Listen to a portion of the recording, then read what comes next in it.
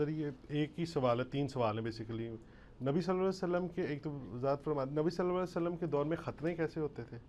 دوسرا عورتیں ختنے کروا سکتی ہیں؟ تیسرا جو کنورٹ ہوتے ہیں جو اسلام، اب وہ ایک کسی بھی ایج میں ہو سکتے ہیں اور زیادہ تر بالغی ہیں، تو کیا ان کے بھی ختنے کروانے چاہیے؟ ہاں جی، صحیح بخاری میں آتا ہے کہ ابراہیم علیہ السلام نے 87 سال کی عمر میں اپنا ختنہ خود کیا تھا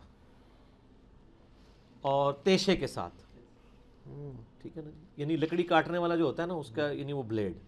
نبی علیہ السلام کے بارے میں بخاری میں آتا ہے نا کہ آپ کے ایک صحابی تھے وہ جن کو قید کر دیا گیا تھا، تو انہوں نے اس طرح مانگا تھا اپنے غیر ضروری بال صاف کرنے کے لیے. تو یہ اس طرح استعمال ہوتا تھا اس وقت، ختنوں کے لیے بھی، بال ریموو کرنے کے لیے بھی. آج بھی آپ مطلب بال ریموو کرنے کے لیے کریم بھی استعمال کر سکتے ہیں اور اس کے علاوہ آپ بلیڈ بھی استعمال کر سکتے ہیں، ریزر بھی، کوئی بھی چیز استعمال کر لیں. مسئلہ تو بال ریموو کرنا ہے. صحیح مسلم میں ہے کہ 10 چیزیں فطرت میں سے ہیں، ان میں سے ختنہ کرانا بھی ہے، داڑھی بڑھانا، بغلوں اور ناف کے بال ختم کرنا، یہ سارے موجود ہیں. تو یعنی مسلمانوں کی تو نشانی، بلکہ تمام آسمانی مذاہب میں ختنے ہیں. کرسچن بھی کرواتے ہیں اور یہودی بھی کرواتے ہیں، مسلمان بھی کرواتے ہیں. اور کوئی غیر مسلم مسلمان ہوا ہے تو اب یہ نہیں ہے کہ مسلمان ہونے کے لیے ختنے ضروری ہیں. یہ لوگوں میں ویسے وہ ہمارے تو پنجاب میں کہتے ہیں مسلمان ہی بیٹھا ہے. جی جی جی، مسلمان ہونے کے لیے ختنے ہونا ضروری نہیں ہے، مسلمان ہونے کے لیے مسلمان ہونا ضروری ہے. ٹھیک ہے، تو ختنے تو ایک سنت ہے، وہ ہونی چاہیے، یعنی وہ میڈیکلی بھی ایک بہتر چیز ہے، فطرت میں داخل ہے. جس حدیث میں ختنوں کا حکم ہے اسی حدیث میں داڑھی رکھنے کا بھی حکم ہے. 10 چیزیں فطرت میں سے ہیں، داڑھی بڑھانا، مونچھیں پس کرنا، ناخن کاٹنا اور ختنے کروانا. ختنوں میں سارا زور ہے، داڑھی تو ماں نہیں رکھنے دیندی، کہندی ہے میں دودھ نہیں بخشاں گی. جی جی، اے پھکی دیکھی ہے نا، آئی پھکی آئی جاندی ہے. جو کہتا ہے نا ختنوں کے بغیر، اس کو پھر داڑھی کے بغیر بھی مسلمان نہیں ہو تم. اسی حدیث میں ہے، صحیح مسلم حدیث ہیں، 10 چیزیں فطرت میں سے ہیں. اور سورہ نساء کی آیت نمبر 119 ہے، وَلَآمُرَنَّهُمْ فَلَا يُغَيِّرُنَّ خَلْقَ اللَّهِ. شیطان نے کہا تھا میں انسانیت کو ابھاروں گا، اے اللہ تیری بنائی ہوئی تخلیق کو بگاڑیں گے. اس کے تحت اللہ نے مرد کو داڑھی دی ہے، اس کو ریموو کرنا تو یہ تخلیق بگاڑنا ہے. جی تو کم از کم اتنی داڑھی ہو جسے عرف عام میں داڑھی کہا جا سکے، جیسے شاہد افریدی صاحب کی ہے. جی جی، اتنی بھی اگر داڑھی ہو تو ٹھیک ہے، اور بڑی رکھیں گے تو بہتر ہے. تو ختنے یعنی سنت ہیں. کوئی یعنی جوانی میں بڑا ہوا ہے تو ختنے کروا لے، اگر نہیں بھی کرواتا تو مسلمان ہی رہے گا، لیکن میڈیکلی اس کو کروا لینے چاہیے. وہ کر دیتے ہیں. اور یار بواسیر کے بھی تو لوگوں کے آپریشن ہوتے ہیں نا، نہیں ہوتے؟ ہوتے. تو ختنہ بھی کروا لے، بڑی عمر کے بندے ہی کروا رہے ہوتے ہیں نا، اس میں کوئی والا مسئلہ تو نہیں. وہ ڈاکٹر کے سامنے تو وہ ساری چیزیں ایکسپوز ہو جاتی ہیں، وہ کوئی اتنا ایشو نہیں ہے. باقی عورتوں کے ختنے کے حوالے سے جو اہل حدیث میں سے بعض لوگوں نے یہ ایک مسئلہ کھڑا ہوا ہے، خصوصاً انڈیا میں ایک مولانا جو ہیں وہ عموماً اس قسم کے سیکس سے ریلیٹڈ کافی سارے کلپ چڑھاتے ہیں.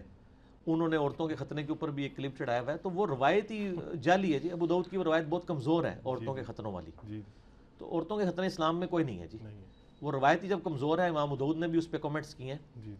تو عورتوں کے ختنے کروائیں گے تو پھر بہت سارے اور مسائل بھی کھڑے ہو جائیں گے.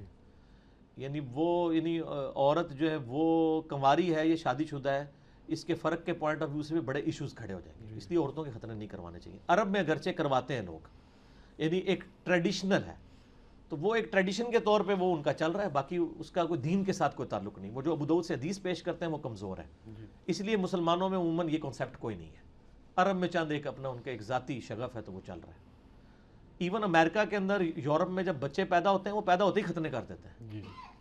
اور آپ کو پتہ ہے زخم کے لیے یعنی یہ یوریا جو ہے نا، یہ بڑی افیکٹو چیز ہے زخم کو خراب ہونے سے بچانے کے لیے. اس لیے بچے جب وہ پیشاب کرتے ہیں نا تو وہ پیشاب کی وجہ سے زخم جلدی ٹھیک ہو جاتا ہے. لوگ تو سمجھتے ہیں پیشاب لگنے سے خراب ہوگا زخم، وہ جلدی ٹھیک ہوتا ہے. اللہ نے نیچرل ایک پروسیس رکھ دیا ہوا ہے. ابھی بھی جب وہ آپ وہ دیکھیں نا، مین ورسز وائلڈ دیکھتے ہیں ڈسکوری پہ، تو اس کو وہ ایک دفعہ کیٹ فش پکڑتے ہیں نا تو اس کے ہاتھ پہ وہ کاٹ لیتی ہے. اب جنگلوں میں دوائی بھی نہیں ہے تو وہ پھر اپنے پیشاب اس کے اوپر لگاتا ہے کہ یہ اینٹی یعنی بیکٹیریل ہے یہ چیز، اور اس کو اینٹی سیپٹک ہے، خراب کرنے کے سے بچاتی ہے، جیسے کہ سرسوں کا تیل ہے. اور یہ تو یہ پرانے لوگوں کو یہ باتیں پتہ ہیں. یعنی بڑی بوڑھیوں کو پوچھے نا تو وہ بچے جب پیشاب کرتے تھے ان کا پیشاب ان کے زخم پہ مل دیتی تھی. کیوں جی اسلام صاحب جی ہے نا. تو یہ پوری سائنٹیفک چیز ہے، اور یعنی آج تو سائنس تصدیق کر رہی ہے نا اس کی. تو وہ اس طریقے سے. تو لیکن سر جنرل پرسیپشن جو ہے آپ نے کہا ختنہ کروانا سنت ہے، واجب یا فرض نہیں ہے اس طرح، تو جنرل پرسیپشن میں اس حوالے سے کہہ رہا ہوں کہ جس طرح آپ کو پتہ یہ جب افغان وار کے اندر یہ جو انہوں نے بندے پکڑے تھے مرے ہوئے بھی یا جن کو پکڑا اور ان کو اس چیز پہ ڈکلیئر کیا گیا کہ یہ مسلمان ہیں یا نہیں کیونکہ ان کے ختنے نہیں ہوئے ہوئے تھے، تو وہ یہ تو کلیم اور جنرل پرسیپشن جو لوگوں میں بھی دے رہے ہیں وہ تو یہی ہے. ظاہر ہے مسلمان اس کو بہت اسٹرکٹلی فالو کر رہے ہیں نا جی، یقیناً میں نے اسی لیے کہا نا کہ کرنے چاہیے، لیکن اس کو کفر اسلام نہیں بنا لینا چاہیے کہ اگر کسی نے ختنہ نہیں کرائے ہوئے تو اب کلمہ پڑھتے ہی ساتھ ہی ختنے کرانا ضروری ہے. جی جی یہاں پہ کئی بچے ایسے کمزور ہوتے ہیں کہ وہ ڈاکٹر کہتے ہیں 12 سال کی عمر تک آپ ویٹ کریں، جی جی کرتے ہیں نا کیونکہ فوراً کروا لیتے ہیں. یعنی اس کو جتنا ہوا بنا لیا نا اتنا ہوا داڑھی کو بنایا ہوا ہے انہوں نے مسلمان ہونے کے لیے، تو داڑھی کا کیا کہہ دیں گے؟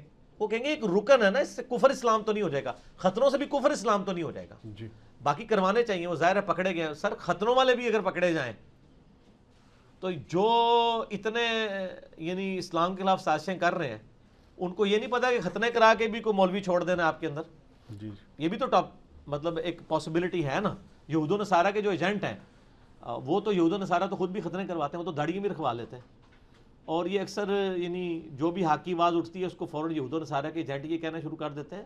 سر یہود و نصارہ کا ایجنٹ چیک کرنے کا بہت آسان طریقہ ہے کہ جو بندہ بھی یعنی میڈیا پہ آ کے کتاب و سنت کی بات کر رہا ہے نا، آپ وہ بات دیکھیں، اگر وہ کتاب و سنت میں موجود ہے پھر وہ نبی علیہ السلام کا ایجنٹ ہے، جی اللہ کا ایجنٹ ہے. جی اور اگر اس کی بات کتاب و سنت میں موجود نہیں بلکہ وہ انگریزوں کے دور میں لکھے ہوئے علماء کی کتابوں سے ہے جی تو آپ سمجھ لیں وہ انگریزوں کا ایجنٹ ہے.